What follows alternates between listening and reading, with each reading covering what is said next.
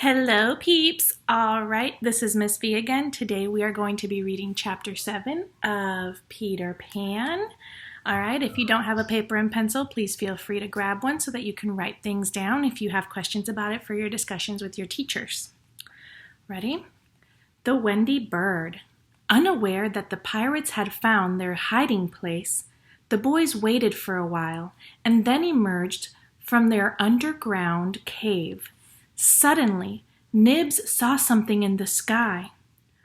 "Look at that white bird," he said. "It sounds as if it is saying, 'Poor Wendy.' It must be a Wendy bird." It wasn't actually a bird that Nibs saw at all, but poor Wendy herself, flying up above. Now the boys heard another sound. It was the voice of Tinker Bell. The shrill and jealous. She was no longer pretending to be nice to Wendy, but was pinching her and trying to make her fall. "Peter wants you to shoot this white bird," Tink called down to the boys. "Quick," the boys cried, "bows and arrows." Toodles, excited, fitted an arrow to his bow.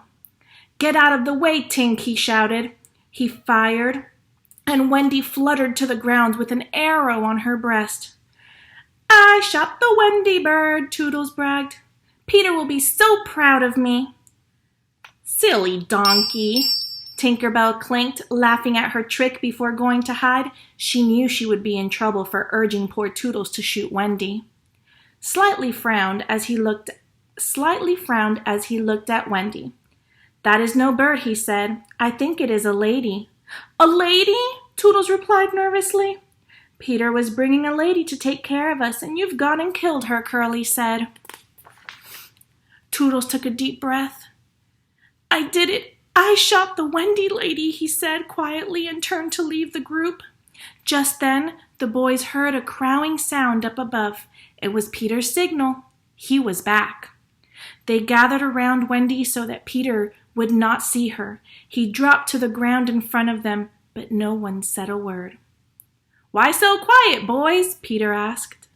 But still none of the boys spoke. "Never mind," Peter said. "I have news. I've brought you back a mother. You may even have seen her already. I think she was flying this way." Toodles cleared his throat. "Boys," he said bravely, "step aside." The boys obeyed, revealing Wendy's body.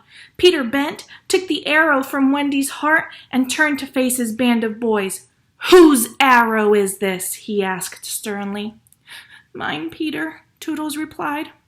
Angrily, Peter raised the arrow, prepared to hit Toodles with it, but he couldn't do it.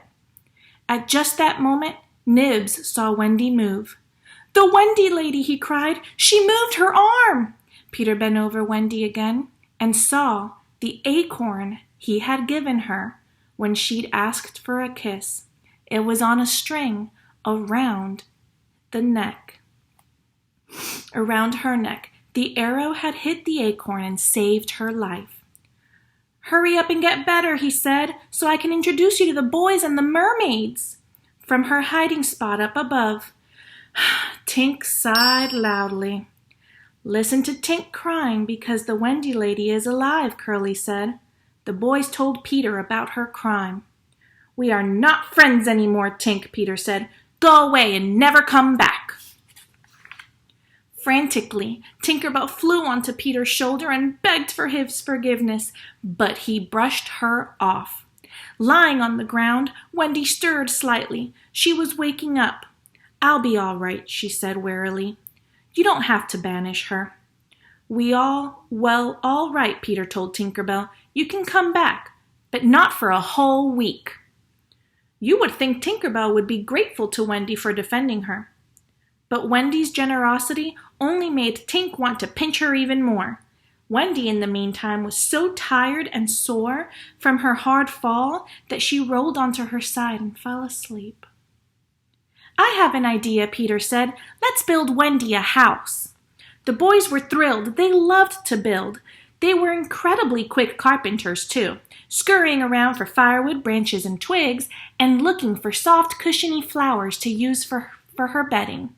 Just then, John and Michael dropped from the sky. They had been sleep-flying, but they woke up as soon as they hit the ground. "Mama?" Michael cried, rubbing his eyes. "Nana?" "Where are we?" John asked. "Are we dreaming?" Finally, the boys spotted Peter. "Oh, hello," Peter said distractedly. He had forgotten all about them. Using his feet as a ruler, he bent down to measure Wendy, to see how big her new house would be. "Come on," he told her brothers. "We are building a house for Wendy, and you have to help." "I don't see why Wendy would get her own house," John said. "She's only a girl." "She's going to be our mother," Curly said. "Now you heard Peter. Get to work." Wendy moved and groaned a bit in her sleep. "Slightly," Peter cried. "Go get a doctor."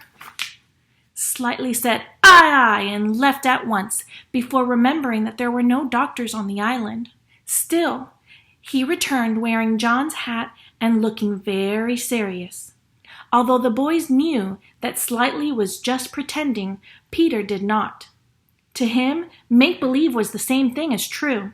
And so convinced that Slightly was in fact a doctor, he said, "Help this lady, she's very ill."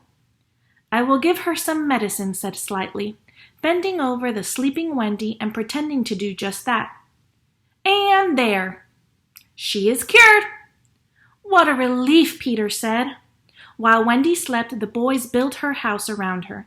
They knew that she would love it because as she slept, she sang, "I wish I had a pretty house, the smallest ever seen, with bright and shiny reddish walls and a roof of mossy green."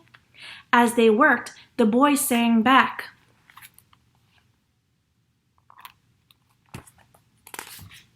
"We've built your walls and mossy roof and made a lovely door. So tell us now, Wendy, mother, do you want something more?" Still sleeping, Wendy sang, "Well, since you ask, I'd surely grin for windows all about, with daffodils peeping in and babies peeping out." And so the boys built windows and pulled flowers for Wendy, but they weren't quite sure what to do about the babies. "Let's just pretend that part," they said. When they were finished, the house was beautiful, and Wendy was completely contained inside. They were about to go inside to surprise her when they realized they had forgotten to put a knocker on the door. "Silly donkeys," Tinkerbell cried from above. Toodles gave the sole of his shoe to hang on the door, which did the trick. Now there was nothing left to do but knock. "Everyone stand up straight," Peter warned, "and be on your best behavior." He knocked politely and all of the boys waited. When Wendy opened the door, blinking sleepily, the boys whipped off their hats and bowed. "Where am I?" she said, confused and surprised. The boys practically tumbled over one another to explain. "We built you this house," Slightly said. "Do you like it?" asked Nibs. "It's lovely," she said, looking around. "How did you know it's exactly what I wanted?" Just clever, I guess," said Slightly. He saw no need to tell her what she had been singing in her sleep. "Can we be your children?" the twins asked. "Well," Wendy said, "that's awfully nice of you, but I'm only a child myself. I have no real experience." "That's okay," Peter said, although he actually knew less about mothers than any of them. "We just need a nice motherly person. You'll do." Wendy agreed to try and invited all the boys into her new house.